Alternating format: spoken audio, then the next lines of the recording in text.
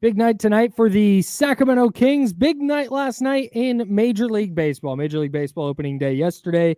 And it opened with a thud for the Oakland Athletics. They fell to the Cleveland Guardians 8-0 inside the Coliseum. But what we want to talk about was going on outside the Coliseum, the block party, the boycott, the protest that was going on in the parking lot of the Oakland Coliseum. Casey Pratt of ABC7 was down there among the festivities, among the music and the signs and the crowds and the bacon-wrapped hot dogs. Casey, what's going on, man?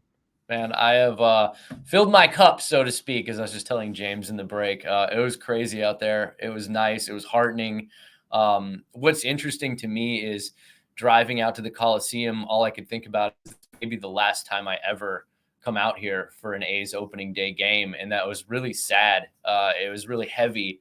And to think that you could take an unmitigated fan protest with thousands of people under extremely emotional circumstances and have not one single fight, not one single arrest or police intervention. Just, it was all love, immaculate vibes, and everybody out there had a blast. So again, I just can't say enough about the Oakland 68s, about Last Dive Bar, about A's fans. If you actually invest in them, they invest back in you, John Fisher. There we go. Casey, I think that was one of my questions. Like, how was it received when people did go into the park? If they decided to go in and watch the game and not take part in the block party outside? Yeah, it wasn't a thing at all. I think That's that good. the fans groups wanted to really make sure they weren't trying to legislate how anybody processes their own loss in an individual way. And like I was saying, it's a really emotional thing. Maybe going to your last ever opening day for the Oakland A's, and they didn't want to tell people you can't go inside or you're a scab, because I mean, like, everyone processes this differently. Like, it's Stephen Vogt's first ever game as a manager. Everyone loves Stephen Vogt in Oakland. If you wanted to be in the Coliseum and see that, then by all means, you absolutely should have been in the Coliseum to see that. If you wanted to see Zach Geloff's first ever opening day start, absolutely, you should be in the Coliseum to see it. Like, if your family, your kids, if it's a tradition you've done year after year after year, no one should be trying to take that from you. And so the fan group said, hey, look, we're going to put together an amazing thing in the parking lot. We'd love you to stay out here with us. But if you want to go inside, go ahead, have fun, man. It's up to you. So Talking about Casey Pratt, ABC7 out there in the Bay Area. He was on the scene last night at the Oakland Coliseum for both the block party, the boycott going on outside the stadium in the parking lot, and he was also inside the stadium checking out what was going on the field. Casey, I mean this genuinely, not like as a joke, or we're trying to. I really am genuinely curious.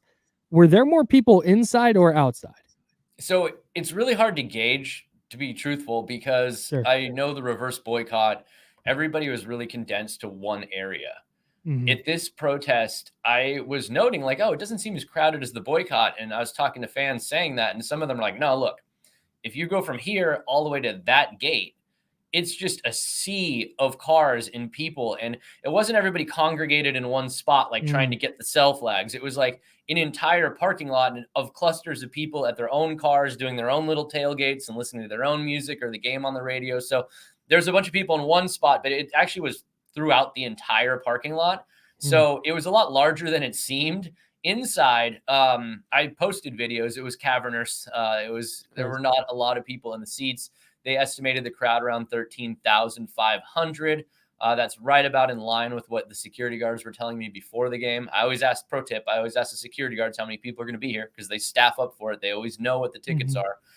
They were saying it was probably around 1,300 or 13,000 to 15,000 expected. So it was right in line with what everybody expected from a security standpoint. But you saw it. It was a historically unattended opening day, which means the parking lot protest absolutely worked and went off like a smash. Yeah, it's crazy to watch this thing unfold in like slow motion. And I think the one thing that, like going through it here in Sacramento, that I hated about it is that players should be out there playing ball, but this is something that they're being asked about all the time. And I wonder, how is that working out, especially with just the lack of leadership from Dave Cavall and from John Fisher. No one is stepping up and going out in front of it and being the face of what's happening. And it's something that I thought was horrible in Sacramento. Like Paul Westphal should never have had to sit there and answer questions about relocation and about what's happening. He should have just been able to talk about basketball. How has that been for you guys, especially now that the season is starting? Do you think that that's going to be an issue? Yes, it's pathetic. I'll say flat out pathetic. So I was inside the stadium, in the dugout, in the clubhouse, in the press box, behind the scenes, in the parking lot. I was everywhere. I didn't see John Fisher. I didn't see Dave Cavill anywhere. So what does that mean? It means there's a leadership vacuum with the A's. The people responsible for creating the cluster that they're in are nowhere to be seen. So that means Mark Kotsay and the players and Stephen Vogt and anybody that actually has to show up for work, like the PR staff or the security guards or the team employees or the front office, they're all stuck there. They got to go. They have to do their jobs. Mhm. So then they're the ones answering the tough questions about things they have no control over, the things that ownership are doing. So it's a complete dereliction of duty by John Fisher. It's a complete dereliction of duty by Dave Cavill. It's embarrassing. It's pathetic. It's just uncalled for. If they are going to try to do this and they're the ones calling the shots, they need to be there front and center at these events. They were there front and center in Big League Weekend in Las Vegas. They had their weird orb model stadium out there. There's no reason they shouldn't have been there at opening day in Oakland when they knew full well all of the assembled media nationally, locally, everyone was going to be there. What did they do? They hid. And that's what they always do. And I will end this tangent really quickly by saying this. Like, I've been very hard on them, but I have told them point blank. I even did it last week. I said, give me one reason not to bash John Fisher. I literally said that to the A's, and they could not give me one. They could not give me an answer, and they declined to give me any interviews, as they always do. And that's what really gets me worked up, because they can't give you one reason why what they're doing is right. They literally can't.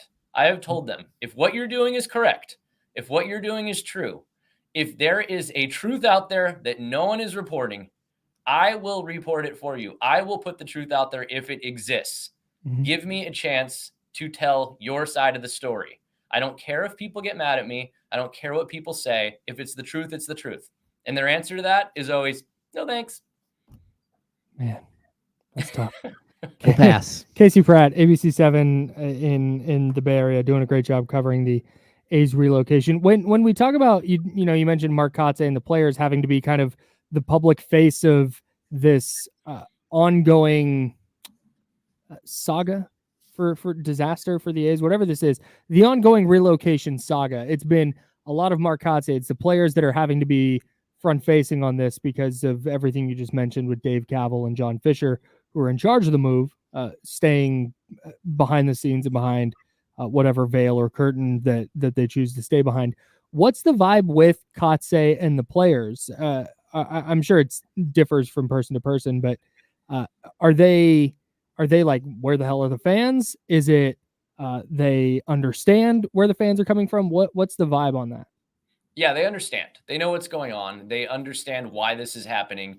They know why the stadium is empty. And it was funny. I actually mentioned to Alex Wood, who started the game, I said, like, there's a whole lot of people in the parking lot watching the game, creating a ruckus and having a great time. So there's a lot more support here than you probably realize, as awkward as it feels. And he said he can't knock them at all for it, and he respects their passion.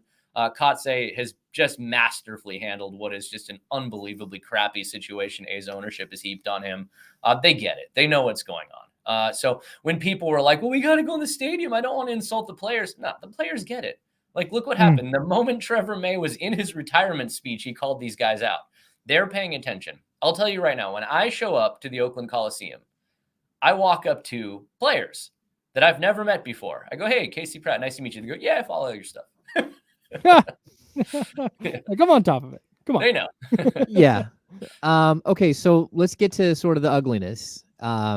We talked about it a little bit before we got on the air, but like, they very well could be coming to Sacramento for the next 3 years, the A's. And just where are you at with this now? And like, how have you tracked it? And has your mind changed at all about what's happening? Or are you still pretty ardently against Sacramento giving them an out? I think this is an incredibly nuanced conversation, and I don't know how much more time you have in this interview, but there's 3 or 4 different ways I can go with this. 4 minutes. I'll go with the headline worthy version of how I can go with this first, and then let's get into the nuance. One, my sources out here tell me it's probably about 50-50. I think it makes a lot of sense for Sacramento and the A's because I think they're going to be in the exact same amount of homes for their TV contract if they play there, except maybe then the TV company that provides their coverage might not have to pay as much money for a product that is not drawing any ratings. So I think it's a possibility. I think it's a realistic one. I think Sacramento is an awesome market. I think Sacramento absolutely deserves Major League Baseball. I think Sacramento is great. Now, here is the real deal, all right? Sacramento right now, you might want to just clip this off. Get ready. Sacramento right now is being offered a turd sandwich by Major League Baseball. And they're saying if you don't gobble down every last morsel of this turd sandwich, then you don't deserve to be a pro sports market. They're going to put the A's, the team with the lowest payroll in all of baseball, the worst record in all of baseball last season, in your minor league park. And they're going to say, if you don't show up in droves, you don't deserve baseball, right? That is an unwinnable situation. And it's an unwinnable situation for a bunch of fans that had to save their own freaking team. Kings fans are also A's fans, as you well know. They've just been through this. So to heap this upon them, to ask them to grant amnesty to John Fisher and the worst ownership group in the history of the Bay Area, I don't see how anybody out there can support it. If they promise you in Sacramento, if they promise you, you will get expansion. If they promise you, you will be a pro baseball market. If you just help these guys get to Vegas, great. Awesome. Go for it, Sac. If not, they should really tell them to bleep off. Man, that's tough. There it is. Casey Pratt, ABC7 in the Bay Area. We really appreciate your time and really appreciate all the work you've put in to cover this and to stay on top of it and try and hold people accountable that don't want to be held accountable. It is appreciated, I know, by me and by James and by everybody who has been following this for the last, decade plus. So Yeah. Thank you so much for all you do, man. Stunning lack of accountability from Major League Baseball and the A's. And again, I love Sac. I think Sac would be awesome as a major league market. I spent a lot of time at Sutter Health Park, and I love it there. I just don't think that anybody deserves this ownership group. You know, Casey, someday we will have you on to not talk about this, and we'll actually get to talk about like fun things. Yeah, I mean, I literally cover every sports team in the Bay Area. I just talk about this one all the time because someone's got to do it. That's right. That's right. Casey Pratt, ABC7 in the Bay Area. Thanks so much, man. All right.